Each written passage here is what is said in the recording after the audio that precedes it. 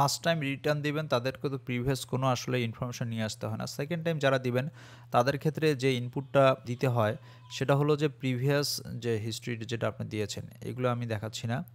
একটা হলো যে আপনার অ্যাসেট অ্যান্ড লায়াবিলিটিসের যে ঘরটা আছে এখানে আসবেন। এখানে আসে দেখবেন যে অটো ফিল নামে একটা অপশন আছে, ঠিক আছে? গত বছর যা দিয়েছেন এখান থেকে আপনার অনেকটা কাভার হয়ে যাবে, এটা একটা।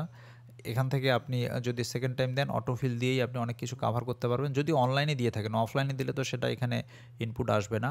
আরেকটা জিনিস হলো সেকেন্ড টাইম দিতে গেলে এখানে যে net wealth at the last date of previous income year, ঠিক আছে? এই জায়গাটাতে আপনি গত বছর আপনার অ্যাকনলেজমেন্ট স্লিপে যেটা ওয়েলথ দেখিয়েছেন বা পরিসম্পদ দেখিয়েছেন সেটা এখানে দিতে হবে। আর তারপর বাকিগুলো সমন্বয় যেভাবে করা সেগুলো তো করবেনই, এগুলো নিয়ে আদার্স যে ভিডিওগুলো আছে সেটা আপনারা দেখে আসতে পারেন। সো আমি মনে করি সেকেন্ড টাইমে যাদের আছে বা থার্ড টাইম বা তাদেরকে জাস্ট এই দুইটা জিনিস এখানে ফলো করে আগাতে হবে।